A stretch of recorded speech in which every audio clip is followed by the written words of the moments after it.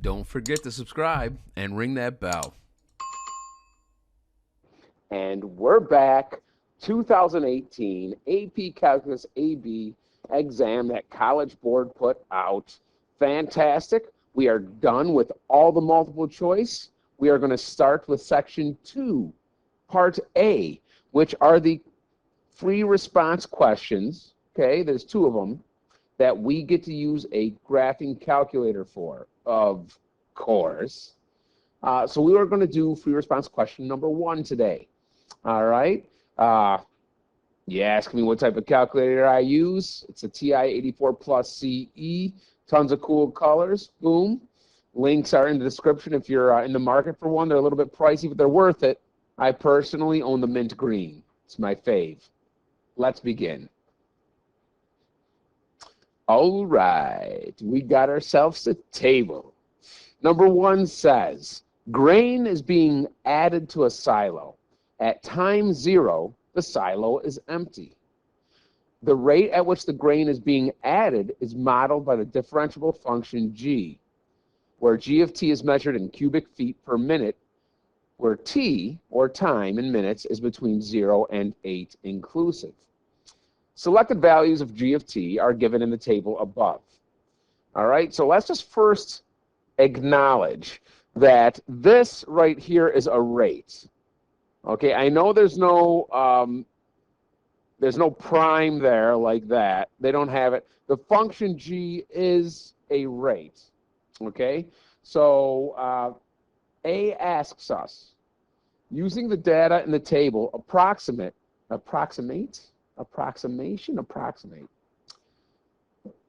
This word, approximate g prime of 3.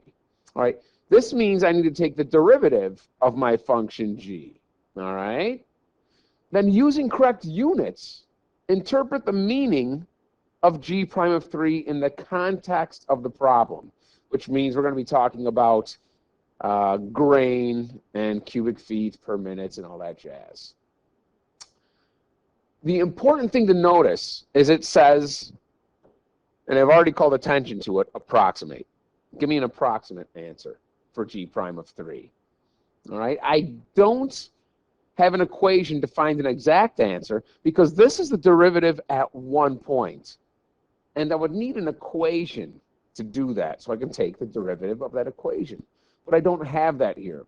So what I'm going to do to kind of give it my best estimate is if I wanted an x value of 3, or in this case a t value of 3, that would belong right here.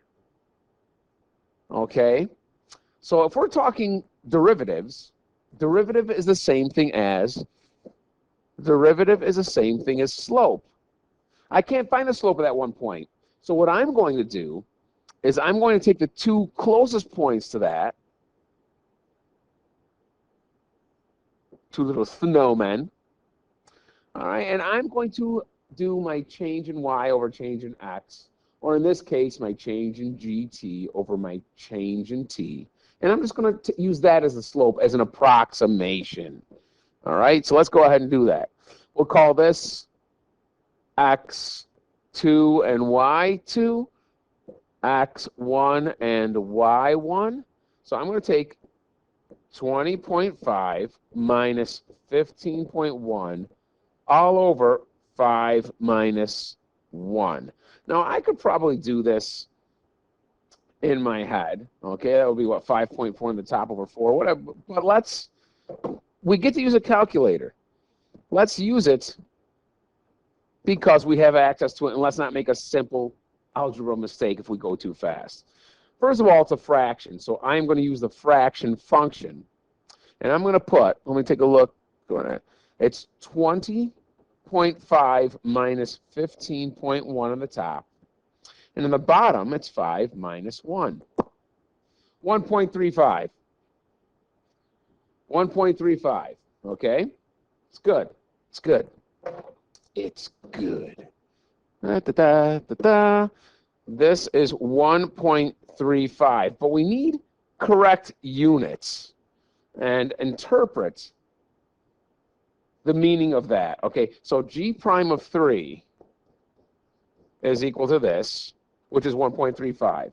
And that is, okay, cubic feet per minute is what we had.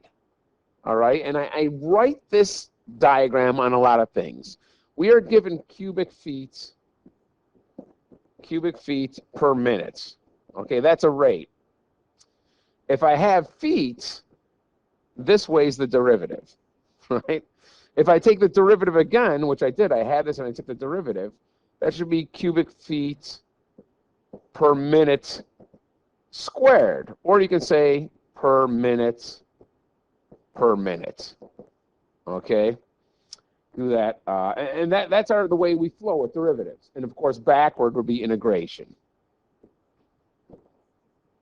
which I'm sure we might have to use at some point. So when we write our description, we're going to say this 1.35 is cubic feet per minute squared, because we're now at this point, per minute squared. That's my label. And what that's saying is at a time equals 3 minutes, the rate is increasing. Okay, so there's a change to the initial rate. We are given the rates, and now there's a rate change by taking the derivative of that rate. So this can be really written several different ways. I can say the rate of the rate is changing. I can say the rate is increasing, because by saying increasing, that denotes change. So let's keep it simple. And let's say the rate at which the grain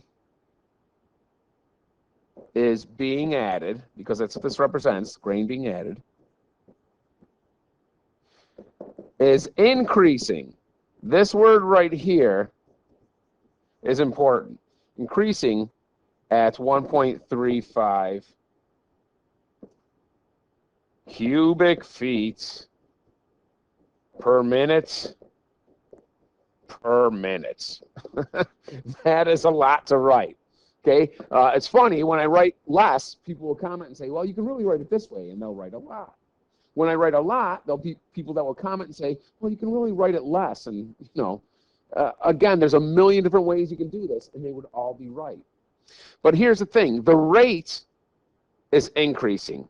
That tells me that I've got my rates, and I took the derivative of it. Okay, that's the big thing that you need to get across in the context of the problem.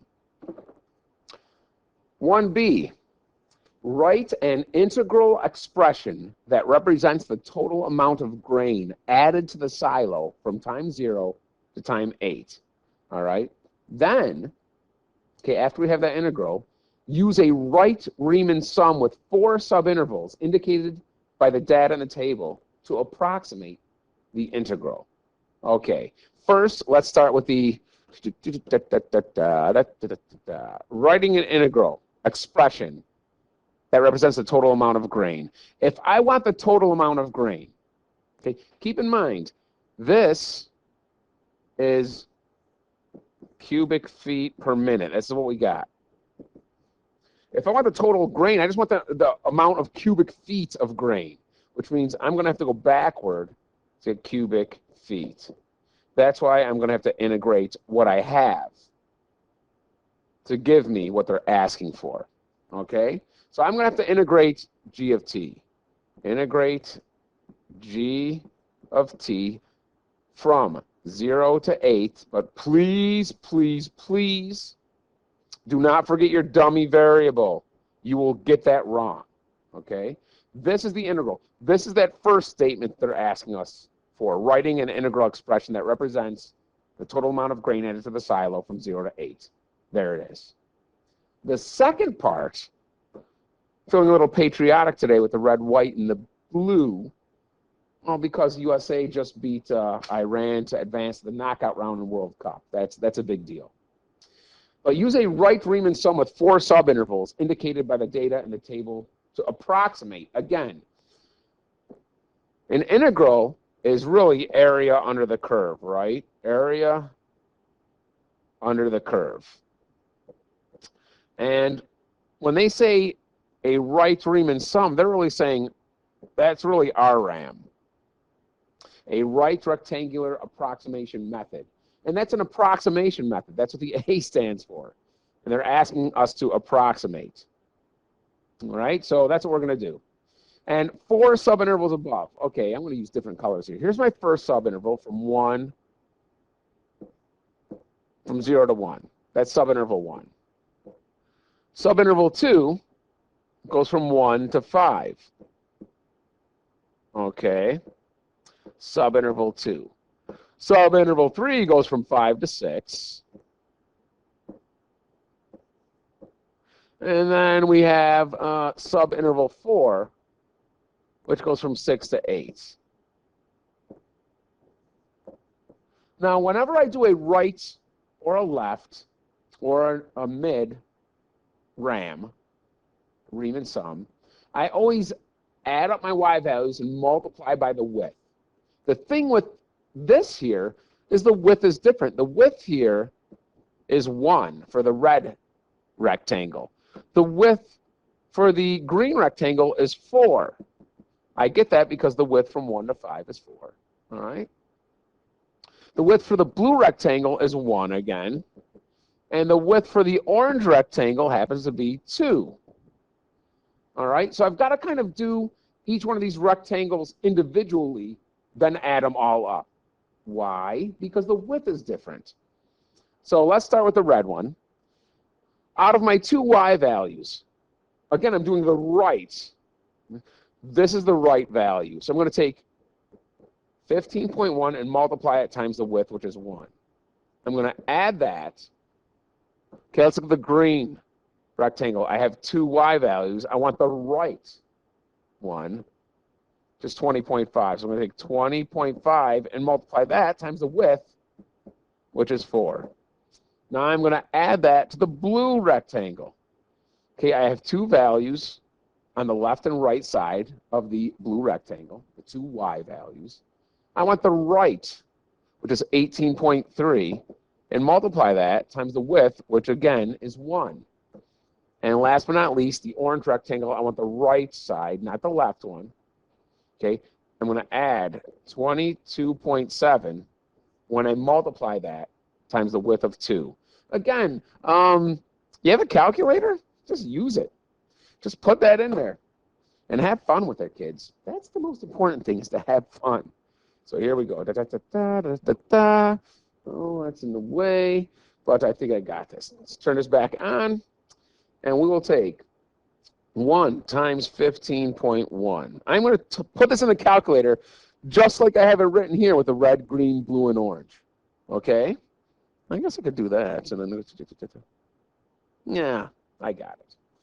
Plus 4 times 20.5 plus 1 times 18.3 parenthesis plus 2 times 22.7. Hit that parenthesis. Close that. I'm just going to hit enter here.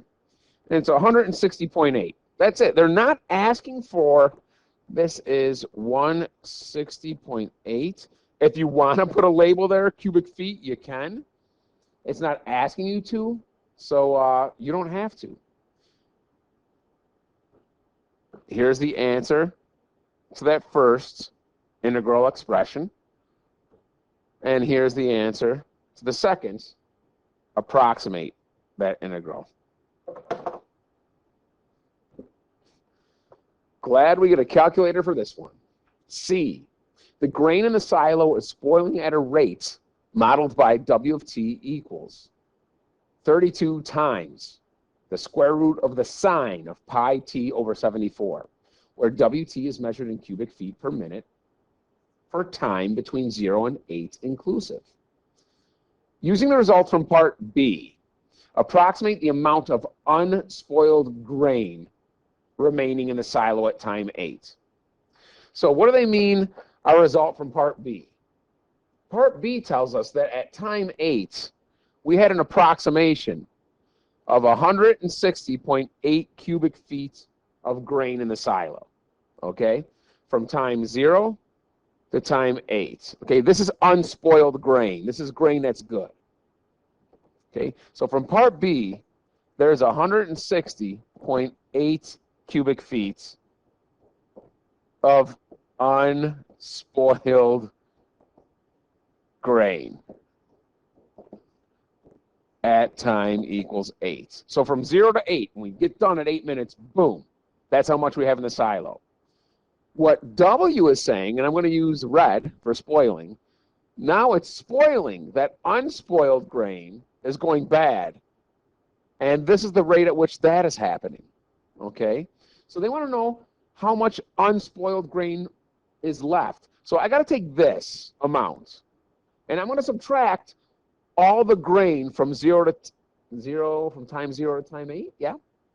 That's getting spoiled. And that'll tell me how much good grain is left. All right? So I got to take my 160.8. I'm going to subtract the spoiled grain. Okay? If I want to add up all the spoiled grain, that means I got to integrate, because integrate adds up from 0 to 8, all the grain that spoils. Well, how do I do that? I integrate my spoil rate of 32 times the square root of the sine of pi t over 74. Okay, put that in parentheses. And don't forget you need a dummy variable. Now, as far as work goes, instead of writing all of this, I could have, if I wanted to, I could have written WT dt in for my integral expression right here. I could have done that because that shows the person grading it what work you did to get your answer. But, you know, let's not be crass, people. All right, so I have 160.8, and I'm going to subtract the integral, which is math 9, from 0 to 8, my W of t, the rate at which, there we go, the rate at which my grain is spoiling, and that was 32 times the square root of the sine. Let's put a fraction here, because then it's pi times x, because we use x instead of t in the calculator, over 74. Close that parenthesis out. Oh, is that really it? It just seems like there should be more.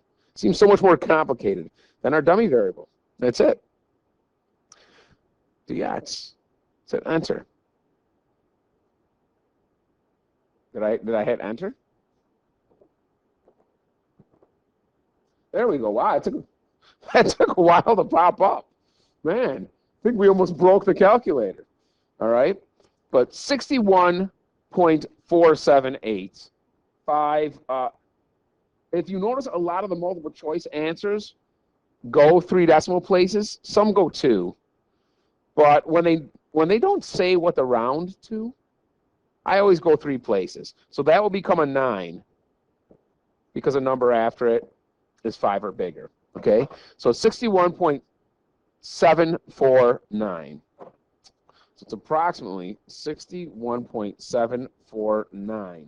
They don't ask for a label or anything, but that is the amount of grain left that is not spoiled. All right, so, I mean, I think this goes without saying. Let's go back all the way. Oh, it works. If I delete. That's the amount of grain that spoils. Okay, again, this is going to take a minute and a half here with this calculator. That's crazy. All right, 99 cubic feet of grain spoils, and we had 160 about. Okay, that's why we took this number, and we just subtracted this number from it. Okay, good grain, yay. Bad grain, boo. I'm not eating that. I wouldn't eat spoiled grain. I mean, you can try it, but bad enough, the carbs. Number 1, part D, the final piece of free response question 1 says, based on the model in part C, is the amount of unspoiled grain in the silo increasing or decreasing at time t equals 6? Show the work that leads to your answers. All right, so first of all, the model in part C, let's just go back here. The model is this right here. This is the amount of spoiled, okay, that's WT. Okay, that's our function that represents the spoiled grain or the rate of grain that's spoiling. Okay, that's our model. So when they say using the model in part C, that's my spoil rate, right? Which we call W of T, which is 32 times the square root of the sine of pi t over 74. And we'll put that in parentheses to make it look pretty. All right, so they're asking me about the unspoiled grain. That rate of unspoiled or good grain is G of T. So how can I tell if I'm getting more unspoiled grain in at time 6 or less? All right, well, I've got to compare G of T, which is the good or unspoiled grain. I got to compare that to W of T, which is the spoiled grain. They're the rates right at time equals 6, okay? So, in a nutshell, and I don't want to confuse this because the math is very, very simple. If I'm getting more, I'll use a greater than sign. Unspoiled grain in at time 6 and less, I should do it this way. If my unspoiled grain is entering in the silo at a bigger rate than it's spoiling, well, then my unspoiled grain is increasing. Then this is increasing. I mean, it should make sense. If my amount of unspoiled grain, or the rate of unspoiled grain that's entering at time 6, is less than the rate at which that grain is spoiling, well, then the amount of unspoiled grain would be decreasing because more would be spoiling than unspoiling. That's all I'm going to do for this problem, which means I'm just going to put a t-value of 6 into both those functions and compare them. Heck, I'll subtract them and see if I get a positive or negative number. So, let's go here, people. I haven't used this blue yet. I need to take G of 6, okay, and I want to just subtract W of 6. In fact, no, let's not even do anything like this. Let's do this. I mean, I guess I could subtract them. They're not asking me for the exact number, that is the rate which it's entering. Let's do these. G of 6 is actually on our table. When time is 6, G of 6 is 18.3. Done. So this is 18.3. All right, so what's W of 6? Well, I got to put a 6 in for this t, which means I got 32 times the square root of the sine of pi times 6 all over 74. And that, my friends, is where my handy-dandy calculator comes in. We got 32 times the square root of sine. Let's put a little fraction there. It's pi times 6 over 74, pop out, parenthesis, pop out, boom, 16.063. So this, and let's stay consistent, people, with this, 16.063. Since the unspoiled grain is entering at a bigger rate than the spoiled grain, that means my unspoiled grain rate is increasing. Okay, my unspoiled grain is increasing. Okay, if I wanted to, I could subtract those and say, hey, if I subtract these, if I get a positive answer, that means this is bigger and unspoiled is increasing. Or if I get a negative answer, that means this would be bigger. That means my unspoiled would be decreasing. How come? Because the spoiled rate is larger. So it doesn't matter, okay, if you compare them with an inequality or subtract them and look at the sign of the answer. But show the work that leads to your answer.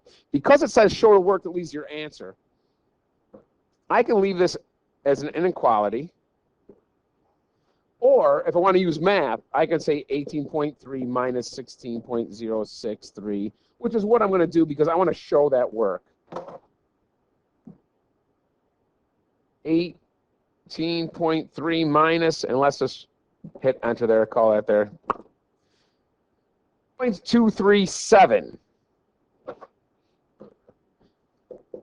2.237. So let's answer the question. Is the amount of unspoiled grain increasing or decreasing? It is increasing because the rate of unspoiled is bigger than the rate that's spoiling. So the I should say the rate, or no, they're asking for the amount of unspoiled. The amount, which means we need to refer to the rate. The unspoiled, yep, there's an E before a D, kids. The amount of unspoiled grain is increasing, be specific, at time equals 6. And I could say since 2.237 is greater than 0. Or I could have said since the rate of unspoiled grain, which is 18.3, is bigger than the rate of spoiled grain, which was 16.063 at time equals 6. Okay, so this is technically the answer they're looking for. Everything else is the work that they wanted to see. Okay? So I don't think that was a bad problem at all. Very good, very good, very good. Like, subscribe, do whatever you want to do. Hey, buy a calculator if you want. If you don't worry. It's no skin off my buttocks. I'll see you for free response question numero dos. Bye-bye. Don't forget to subscribe and ring that bell.